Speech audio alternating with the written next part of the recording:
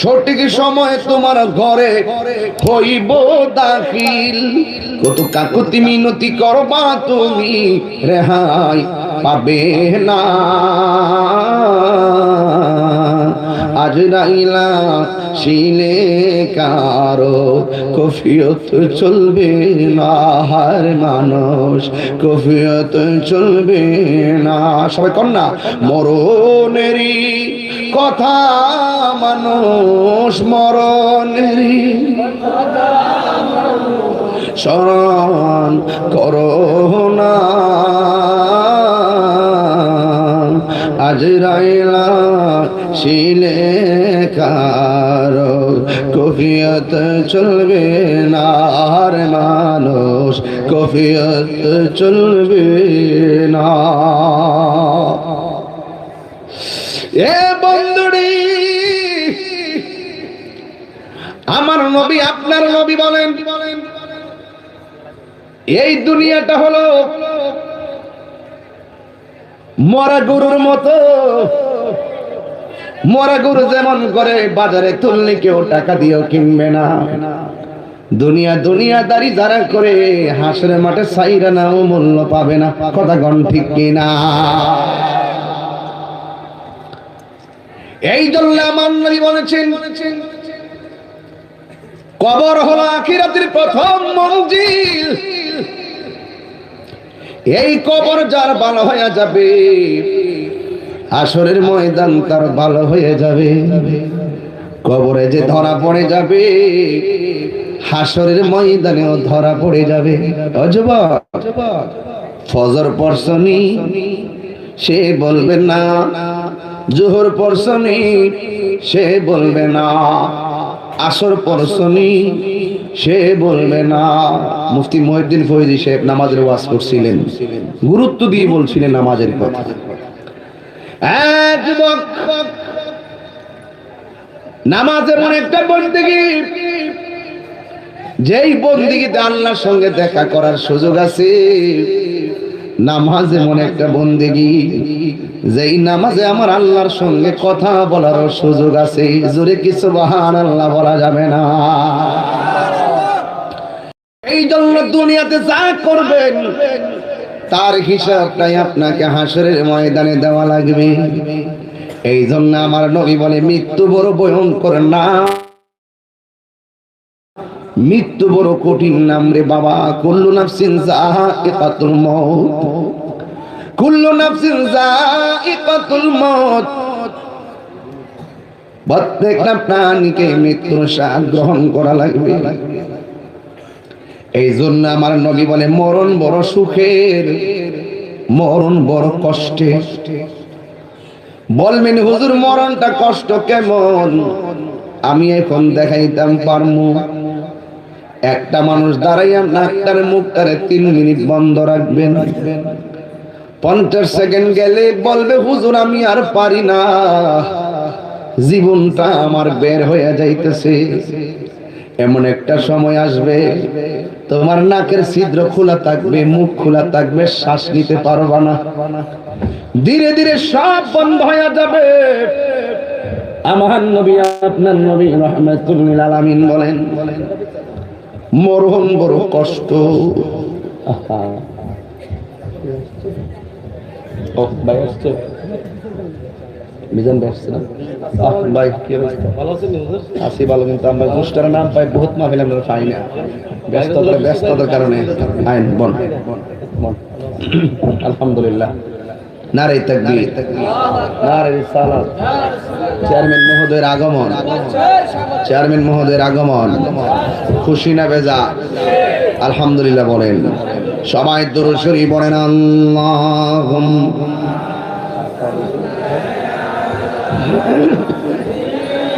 না লাগবে ওয়ালা আলে সাইয়্যিদিনা।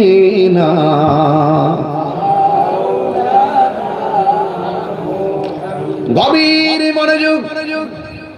আমি ধীরে ধীরে এমন একটা জায়গায় ঢুকবো, দিলটারে নরম করে দিবেন, চোখের পানি ছেড়ে দিবেন।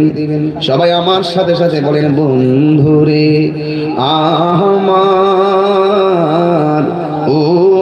যুবক ভাইয়েরা, আমার নবী বলে মরণ এমন এক কঠিন শব্দ, মৃত্যু এমন একটা কঠিন শব্দ, যে মৃত্যুর মুখোমুখি হয় সে ছাড়া আর কেউ জানে না। যেমন দেখেন রায়পুরা শাহেরচর গ্রামের আমার একটা মুরিদ, নাম হলো রফিক মিয়া। আজকে নারায়ণপুর বাস স্ট্যান্ডে সিএনজি থেকে নামলেন, দুই পাশের গাড়ি চাপা দিল, মাথার মধ্যে বাড়ি লাগলেই ছেলেটা আজকে দুনিয়া থেকে বিদায় হয়ে গেল। অনেক তরুণ একটা ছেলে, সুন্দর, আমার খুব খাস একটা মুরিদ। আমি রওনা দিয়েছিলাম জুমার সময়, জানাজার নামাজে যাব, সময়ে কুলাইতে পারি নাই, জেমে পড়ে গিয়েছিলাম। আমি আল্লাহরে বলছি, আল্লাহ তোমার বান্দা তুমি নিয়ে গেছো।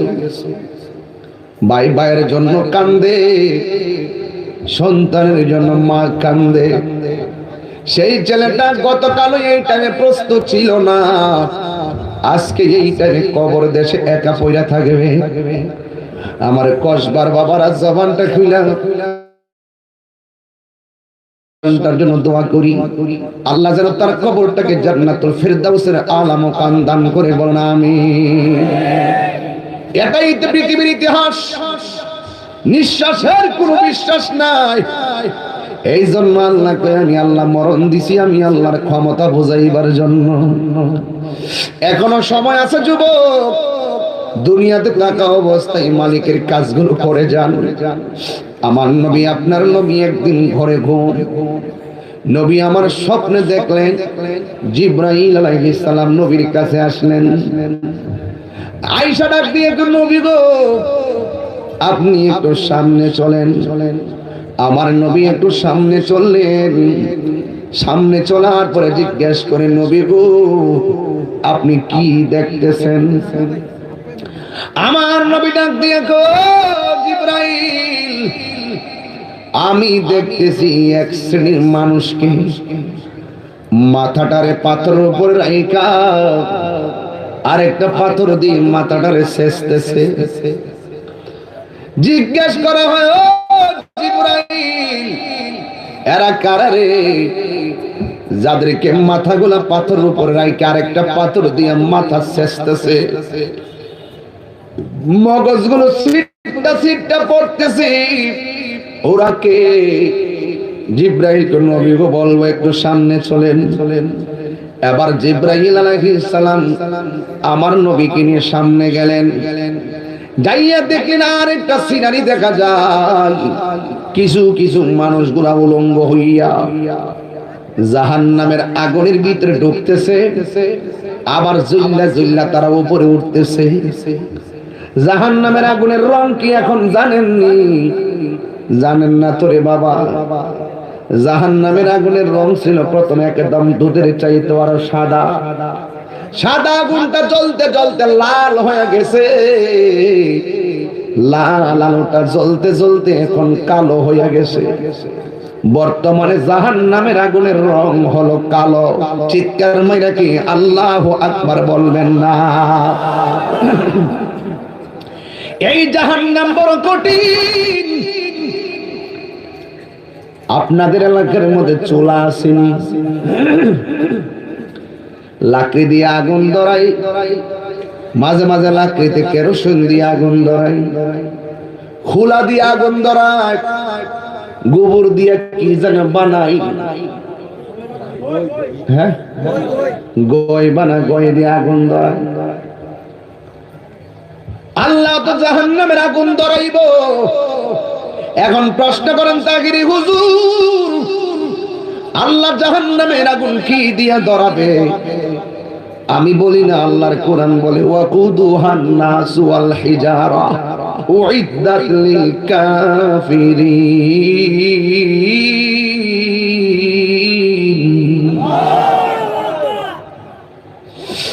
আল্লাহ রাব্বুল আলামিন বলেন জাহান্নামের আগুন এত কঠিন, জাহান্নাম এত পাওয়ারফুল, 70,000 ফেরেশতা বাইন্দাও জাহান্নামের জিহ্বা আটকে রাখতে পারবে না। জিহ্বার আগুনটা এমন একটা বাউলি মারবে, 500 বছর কেন, 700 বছর কেন, অনেক দূর থেকে আপনাকে টান মেরে নিয়ে আসবে। পকেট থেকে একটা মোবাইল পড়ে গেছে কোন জায়গায় যেন, যদি পেয়ে থাকেন মোবাইলটা দিয়ে যান।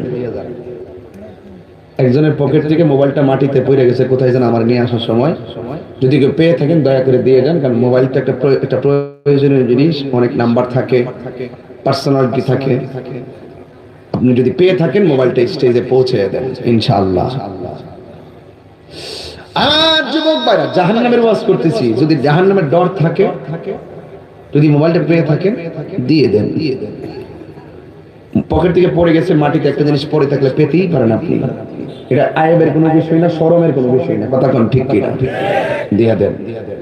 নাইলে যে ওয়াজ করতেছি দেখেন, وقودها الناس والحجارة أعدت للكافرين।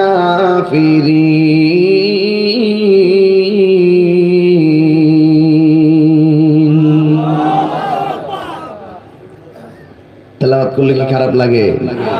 আমার ওয়াজ কি বুঝতে অসুবিধা হইতেছে? আল্লাহকে প্রশ্ন করি, আল্লাহ জাহান্নামে তো কঠিন, তোমার বন্ধু দেখছে জাহান্নামের ভিতরে আগুন দিয়া জ্বলতেছে, উলঙ্গ নারী আর উলঙ্গ পুরুষ, শরীরের মধ্যে কোনো গোশত নাই। যদি কেউ রড পুরানো দেখেন, লোহা বানানো দেখেন, দেখবেন আগুনের মতো রডটা বাইর, একদম লাল আগুনের মতো রডটা বাইর। ঠিক এমন ভাবে জাহান্নাম দিকে পড়ে যখন উপরে উঠবে, তার শরীরের মধ্যে গোশত থাকবে না, শুধুমাত্র কঙ্কালের মতন হাড্ডি গুলো লাল হয়ে থাকবে, কাউ মাউ করে কাঁদবে, কেউ তাকে সাহায্য করতে যাবে না। ও তাহিরি হুজুর, দুনিয়ার মানুষ তো লাকড়ি দিয়ে আগুন ধরায়, কিন্তু আমার আল্লাহ জাহান্নামের আগুন ধরাবে কি দিয়া? আল্লাহর কোরআন সাক্ষী দেয়, জাহান্নামের তাপকে বাড়াইবার জন্য আল্লাহ দুইটা জিনিস ব্যবহার করবে, একটা হলো পাথর আর একটা হলো মানুষ। মানুষরে আমার আল্লাহ জাহান্নামের লাকড়ি বানাবে। জাহান্নামের ভিতরে যত কাফেরকে দিবি, আল্লাহর নাফরমান বান্দারে দিবি, জাহান্নাম দাউ দাউ করে জ্বলে উঠবে। কিন্তু জাহান্নাম আল্লাহর মাঝে মাঝে ডাক দিয়ে কে, আল্লাহ আমি জাহান্নামের মধ্যে, তুমি মানুষ দাও অসুবিধা নাই, কিন্তু একটা জিনিস দিও না। কই কি দিতাম না? কই তোমার আশিকের চোখের পানি আমি জাহান্নামের মধ্যে দিও না। যুবক, তোর চোখের পানি কেন শুকায়া গেল? মোবাইল নামক গজব তোর চোখের পানি কাইরা নিছে। এই জন্য যুবক, আমার আল্লাহ কোরআনে বলেছেন, ফালিয়াউযআকু কলিলাও ওয়ালিয়াবকু কাসীরা, ফালিয়াদআকু কলিলাও ওয়ালিয়াবকু কাসীরা,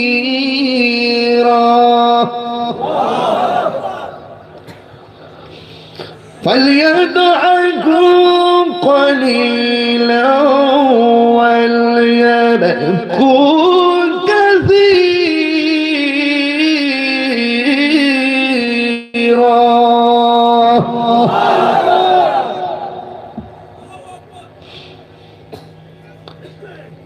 আমার আল্লাহ বলে, ও বান্দারা, কম কম করে হাসো, বেশি বেশি করে কাঁদো। কাঁদলে গুনাহ মাফ হয়, কাঁদলে সিনা সাফ হয়। আশিকের চোখের পানির দাম কম না বেশি?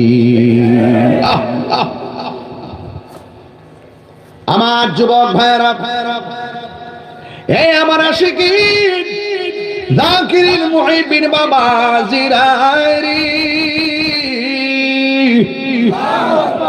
আমার নবী বলে, আমি দেখলাম জাহান্নামের আগুনে উলঙ্গ অবস্থায় নারী পুরুষ ঢুকে আর বের হয়। নবী ডাক দিয়া কয়, জিবরাইল, ওরা কে রে? এমন ভাবে শাস্তি পাচ্ছে, কারণটা কি? নবী গো, আমি বলবো, আপনারা জবান খুলে বলুন, আমার নবী জানার ক্ষমতা আছে না না? এরপরে আমার নবী সামনে গেলেন। সামনে যাওয়ার পরে দেখলেন রক্তের একটা নদী। ওই রক্তের নদীর মধ্যে আগুনের চাইতে 70 গুণ তাপ। ওই নদীর পানির মধ্যে সাঁতার কাটতেছে। আমার নবী জিজ্ঞেস করে, ও জিবরাইল, এরা কারা রে যারা রক্তের নদীর মধ্যে সাঁতরাইতেছে? ওরা রক্তের নদীর মধ্যে সাঁতরা। নদীটা কি পানির নাকি আগুনের? আগুনের। হাই হাই, ফুটন্ত রক্তের পানি, ফুটন্ত রক্তের পানি, রক্ত লাল। এই পানির মধ্যে তারা সাঁতরাইতেছে। এখন পর্যন্ত সাঁতরাইতে কিনারে ভিড়তে যায়। ওই মুহূর্তে পাড়ের মধ্যে কিছু ফেরেশতা দাঁড়ায় আছে। ওই ফেরেশতাগুলো পাথর দিয়ে তাদের মাথায় ডিল মারে, আর মাথাটা সেচ্চা এই লোকগুলো আবার নদীর মাঝখানে চলে যায়। আল্লাহু আকবার, জোরে গান। রাসূল জিজ্ঞেস করে, ও জিবরাইল, এরা কারা? এদের এই ভয়াবহ শাস্তি কেন? ডাক দিয়া বলছেন, ইয়া রাসূলুল্লাহ, বলবো আপনি একটু সামনে যান। জোরে কোন সুবহানাল্লাহ। সামনে যায় দেখেন একজন ফেরেশতা বসা, একজন লোক গাছের নিচে বসা। জোরে কোন সুবহানাল্লাহ। চুলগুলো কুকরানো, আর ওনার পাশে অনেক ছোট ছোট পোলাপান খেলা করতেছে। জোরে কোন সুবহানাল্লাহ। নবী আমার ডাক দিয়ে কই, জিবরাইল, উনি কে? আর তার পাশে ছেলেগুলাকে। জিবরাইল কো, নবী গো, আমি বলবো আপনি একটু সামনে যান। এবার জিবরাইল আলাইহিস সালাম সামনে নিয়ে গেলেন। আমার নবী একটা গাছের উপরের দিকে আরোহণ করলেন। ওইটা দেখতেছেন একটা ঘর দেখা যায়। ঘরের ভিতরে মানুষ, কারো কান কাটা, নাক কাটা, শরীরের মধ্যে তীর বিদ্ধ। আমার নবী জিজ্ঞেস করে, জিবরাইল, এরা কারা রে? এবার রাসূল ডাক দিয়ে কই, জিবরাইল কে? এবার জিবরাইল কই, নবী গো শুনেন, আমি বলে দিয়ে যায়। ইয়া রাসূলুল্লাহ, নবী আপনি যে দেখেছেন, ওই যে দেখা যায় আগুনের মধ্যে যেই লোকগুলো আগুনে পড়তেছে আর বের হইতেছে, ওই লোকগুলোকে জানেননি? ওই লোকগুলো হলো পৃথিবীর ওই সমস্ত মানুষ যারা বেহায়াপনায় লিপ্ত ছিল, যারা ব্যভিচারে লিপ্ত ছিল। আমার আল্লাহ তাদের শাস্তির স্বরূপ আপনার সামনে তুলে ধরেছে। আল্লাহু আকবার বলেন না? মুফতি মুহিউদ্দিন ফয়জী সাহেব নামাজের ওয়াজ করছিলেন, মনে আছে আপনাদের? মুসা কালিমুল্লাহ নাম শুনছেন আপনারা? মুসা কালিমুল্লাহ কি নরম নবী না গরম নবী? কথা কয় না, ওয়াজ বুঝে না। নরম নবী না গরম নবী? কেমন গরম? যার সামনে আজরাইল আসার পরে আজরাইলটা থাপ্পড় মাইরা চোখ ফলাই দিছে। মারহাবা গো, আহারে বাপ রে বাপ, এত গভীর গরম। তিনি আল্লাহর সঙ্গে কথা বলতেন। যিনি আল্লাহর সঙ্গে কথা বলেন তার একটা ভাব আছে না? আমরা দেশের মধ্যে মন্ত্রী হিসেবে সাথে যারা চলে, রাষ্ট্রপতির সাথে যারা চলে, তাদের একটা ভাব আছে না? আর আল্লাহর সঙ্গে কথা কয়, কি ভাব? এক মহিলা আসছে, আয়েশা ডাক দিয়ে কই, ও মুসা কালিমুল্লাহ, আমি আপনার উম্মত। আমার জীবনে এমন গুনাহ করেছি, এত কান্নাকাটি করি আল্লাহর কাছে, মনে হয় আমার গুনাহ মাফ হয় না। কিন্তু যতই আমি দোয়া করি, তওবা করি, মনে হচ্ছে আল্লাহ আমাকে মাফ করবে না। আপনি তো আল্লাহর সঙ্গে প্রতিদিন কথা বলেন, আপনি একটু আল্লাহর কাছে গিয়ে বলবেন আল্লাহ যেন আমাকে ক্ষমা করে দেয়।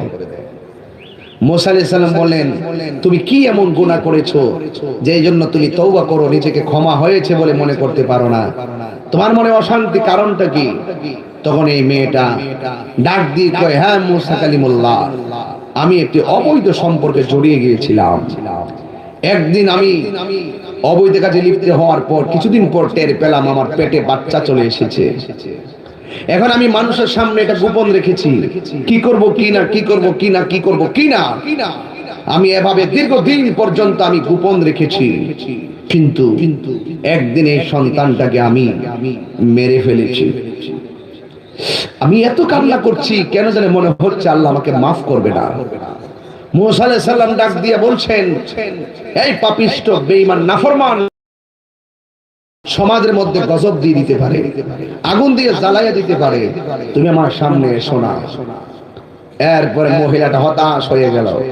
এই মুহূর্তে আল্লাহ ডাক দিয়ে, জিবরাইল, আমার মুসা কালিমুল্লাহর কাছে যাও। কার কাছে যাও? মুসা কালিমুল্লাহর কাছে আসলেন। আয়েশা ডাক দিয়ে, হ্যাঁ মুসা, তুমি সেই মহিলার অপরাধকে সবচেয়ে বড় অপরাধ মনে করতেছো। এই মহিলার প্রতি আজকে তুমি যতটুকু মনে করতেছো, আল্লাহ খুব রাগান্বিত হয়, অসন্তুষ্ট হয়, তার চাইতে বেশি অসন্তুষ্ট হয় কার উপরে জানো? আল্লাহ। এর চাইতে বেশি অসন্তুষ্ট হও কার উপরে? যারা ইচ্ছে করে নামাজ ছেড়ে দেয়। ইচ্ছে করে কি করে? আপনি বুঝছেননি, ফয়জি সাহেব ওয়াজ করছিলেন নামাজের উপরে। এই নামাজ দরকার আছে কিনা দেখেন, আরো বড় করে বলেন আছে কিনা বলেন। আমি আস্তে আস্তে সামনে যাচ্ছি। দেখেন রাসূল বলছেন যে এই লোকগুলা হলো বেবিচার, যারা দুনিয়াতে বেবিচারে লিপ্ত ছিল, জিনায় লিপ্ত ছিল, এদের উপরে এই গজব, এই শাস্তি। এরপর রাসূল জিজ্ঞাসা করে, হে জিবরাইল, ওই লোকগুলোকে যারা রক্তের নদীর উপরে হাবুডুবু খাচ্ছে কিন্তু কিনারে বিটতে পারতেছে না, নদীর পানিটা জাহান্নামের আগুনের চাইতে 70 গুণ বড়, এরা কারা? এবার রাসূলকে জিবরাইল বলেন, ও নবী গো, ও মায়ার নবী, দয়ার নবী, এই লোকগুলাকে জানেননি গো? এই লোকগুলো অন্য কেউ না, এই লোকগুলো হলো দুনিয়ার ভিতরে যারা সুদ খাইতো, এই সুদখোরদেরকে আমার আল্লাহ রক্তের নদীর মধ্যে ফেলে দিয়ে শাস্তি দিতেছে। ইয়া রাসূলুল্লাহ, নবী গো, এরা হলো দুনিয়ার সুদখোরের দল। সুদখোরের 70টা গুনাহ আছে, সবচাইতে সর্বনিম্ন গুনাহ হলো নিজের মায়ের সঙ্গে জিনা করা। জোরে জোরে কি নাউজুবিল্লাহ বলবেন না? এখন আজকে আপনি সিদ্ধান্ত নেবেন, সুদ কি খাইবেন নাকি ছাড়বেন? বিধান কার? আরো জোরে বলো, বিধান কার? আল্লাহ রাব্বুল আলামিন তিনি বলছেন, আহাল্লাল্লাহুল বাইআ ওয়া হাররামার রিবা।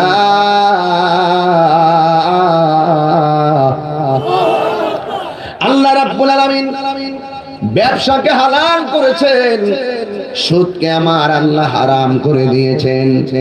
এই জন্য আজকে থেকে ওয়াদা, সুদ খাইলে দেখবেন সমাজের ভিতরে আল্লাহর গজব নেমে আসবে। হাসরের ময়দানে এই সুদের পেটগুলো হবে ঘরের মতো, এমন ভাবে পেট বড় হয়ে যাবে, ওই পেটের ভিতরে সুদের টাকাগুলো সর্পে পরিণত হয়ে যাবে। এই সর্পে পরিণত হওয়ার পর এই সাপগুলো এমন বিষাক্ত, দুনিয়ার মধ্যে যদি সাপগুলো কাঠ গাছের মধ্যে শ্বাস ফালাইতো, ওই গাছগুলো মরে যেত। আমার নবী বলেন, ওই কঠিন মুসিবতে ওই সুদ করে হারাম টাকাগুলো পেটের ভিতরে সাপে পরিণত হবে। এমন জোরে তুমি দংশন খাইয়া কান্নাকাটি করবা, তোমার মরণ হবে না, শুধু যন্ত্রণাই বেড়ে যাবে। আল্লাহরে ডাক দিয়া বলবে, আল্লাহ, ও নোয়াগাঁওয়ের বাবা, জবানটা খুলে বলেন না আল্লাহ। এমন ভাবে কান্নাকাটি করব, কিন্তু আমার আল্লাহ তার মরণ দিবে না, পেটটা ঘরের মতো হয়ে যাবে, একটা সেকেন্ডও সামনে যেতে পারবে না। বন্ধুরে, সুদ খাও, নাচ্ছা নাচ্ছা দুজখে যাও। এখন সিদ্ধান্ত নাও, তুমি কি সুদ খাবে নাকি সুদ ছাড়বে? একজনে আমাকে প্রশ্ন করছে, হুজুর, সুদ করে যদি এই শাস্তি হয়, ঘুষ করে কি শাস্তি হবে? আমার নবী, আপনার নবী বলেছেন, আল্লাহর রাশি ওয়াল মুরতাশি কিলাহুমা ফিন্নার। যে ঘুষ খাইব, যে ঘুষ দিব, দুইটাই জাহান্নামের আগুনে জ্বলবে রে বাবা। এই জন্য যুবক আমরা ঘুষ খাবো না, ঘুষ দিব না, সুদ খাবো না, সুদ দিব না। কি হবে বেঁচে থেকে? কি হবে বেঁচে থেকে? অযথা বিদ্যা শিখে যদি না গড়তে পারি সুদ মুক্ত সমাজটাকে, ঠিক কিনা? যুবকের মুখ লড়ে নাই। এত বড় জাগরণী সঙ্গীত গাইলাম, আওয়াজ করলেন না আপনারা? গজল কি বেশি গাইলাইছি? কয়টা গাইছি?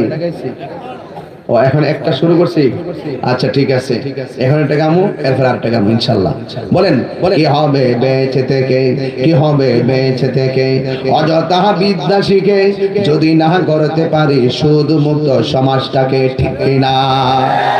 কি হবে আলেম হয়ে, ইমাম সাজে, বক্তা হয়ে সমাজেতে যদি না হক কথা উচ্চ সুরে না বলিতে, ঠিক কিনা? মানি না, হাত তুলে কেবল ঠিক ঠিক এইভাবে বলতে হবে যেন সূত্রে সাফাত গিয়া পড়ে। কথা কোন ঠিক না বেঠি? কি হবে আলেম হয়ে, ইমাম হয়ে সমাজেতে যদি না হক কথা উচ্চ সুরে না বলিতে, ঠিক কিনা বলো? চাকরি বয়ে করহ যদি ছেড়ে দাওয়াই না গদি, চাকরি বয়ে করহ যদি ছেড়ে দাওয়াই না গদি। কি হবে ধোঁকা দিয়ে আল্লাহকে? কি হবে ধোঁকা দিয়ে আল্লাহকে? কি হবে বেঁচে থেকে? অযথা বিদ্যা শিখে যদি না গড়তে পারে সুদ মুক্ত সমাজটাকে, ঠিক কিনা? কি হবে আকাশ চুয়া বিলাসবহুল বাড়ি গাড়ি, না খেয়ে কত মানুষ পরপারে দিচ্ছে পারি। কি হবে আকাশ চুয়া বিলাসবহুল বাড়ি গাড়ি, না খেয়ে কত মানুষ পরপারে দিচ্ছে পারি। আজরাইল আসবে যবে মাটিতে পড়ে রবে, আজরাইল আসবে যবে মাটিতে পড়ে রবে। কোনো কাজে লাগবে না তোর বিল্ডিংটাকে। আরো জোরে, আরো জোরে। কি হবে বেঁচে থেকে? অযথা বিদ্যা শিখে যদি না করতে পারি মাদক মুক্ত সমাজটাকে, ঠিক কিনা? আরে হাত তুলে বলো ঠিক কিনা বলো। আজকে থেকে ওয়াদা নিতে হবে, আমাদের মসজিদের সভাপতি কোন সুদখোরকে বানানো যাবে না, মসজিদের কমিটিতে কোন সুদখোরকে রাখা যাবে না। কথা বলেন ঠিক না?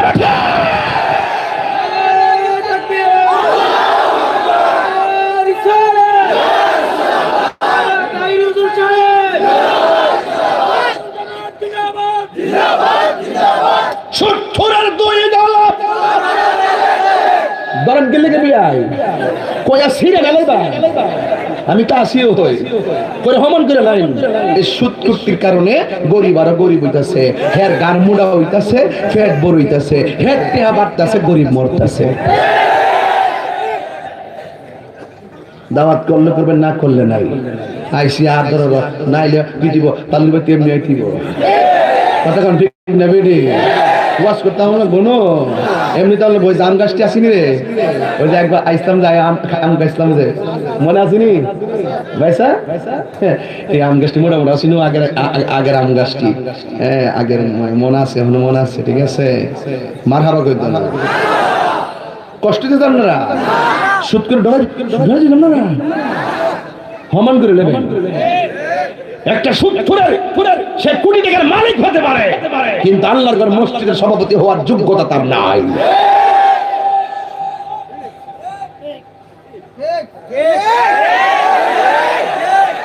এই সুদখোরের কারণে করোনা এসেছে। হারামখোর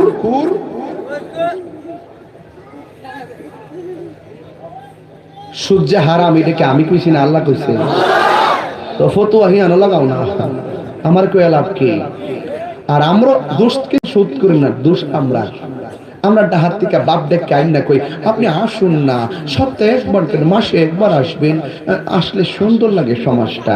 মানে ওই টাইলসের টিয়া লইবার লেগে, বাইকের টিয়া লইবার লেগে, বাইকের টিয়া দরকার হয় গাছতলায় নামাজ পড়বো, কিন্তু 70 টাকা দিয়া মসজিদের টাইলস ব্যবহার করবো না।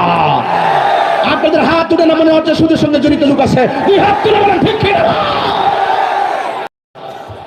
ওমান কেরালা সুদ করে কোনো ইমামতি নাই। এই আওয়াজ মানে জোর করে দিব। আমি আওয়াজ যখন শুরু করছি আমার হাত ছোট কিন্তু খারাপ, যখন দৌড়ম ওই সিরা বেরালাম, কেটা কি দেখতে শোনার টাইম নাই। ঠিক আছে, সুদ করে টেহা হইতে পারে, কিন্তু আমার বল আছে, ঠিক কি না বলেন? সুদ করে কোনো ইমামতি নাই।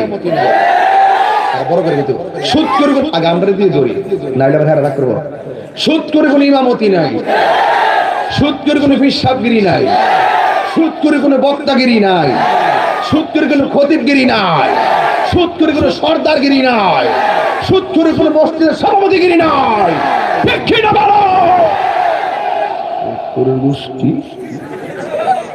সুদ কি চলবে না বন্ধ হবে কেরে একদিন মনে রাখবা হিসাব দিতে হবে হিসাব একদিন মাটির ভেতরে হবে ঘরে মন আমার আপনার কি কষ্ট দিচ্ছেন কি দাদা আমার মন তো করে না আমার ওয়াজের ধরে নেই মনে দাওয়াত করলে করবেন না করলে না আমি হিডা ওই আগের তো হিডা কথা কম ঠিক না বলেন বলেন একবারে আমি গান গাইছি আরে বেটা গান গাইছি মানে একদিন মাটির ভিতরে হবে ঘর কথা রেখে খারাপ কথা বলছি কেন বান্ধ দালান ঘর ঘরের জায়গায় ঘর থাকবে কবরে যাইব জিনা যে কো মানুষ কিন্তু চালাক আছে আমি এক মাহফিলে কালেকশনের টেয়া বলতেছি এমন ভাবে কইতাছি টেয়া দেয় না লাস্টে আমি জিদ করে কইতাছি আল্লাহ পাক রব্বুল আলামিন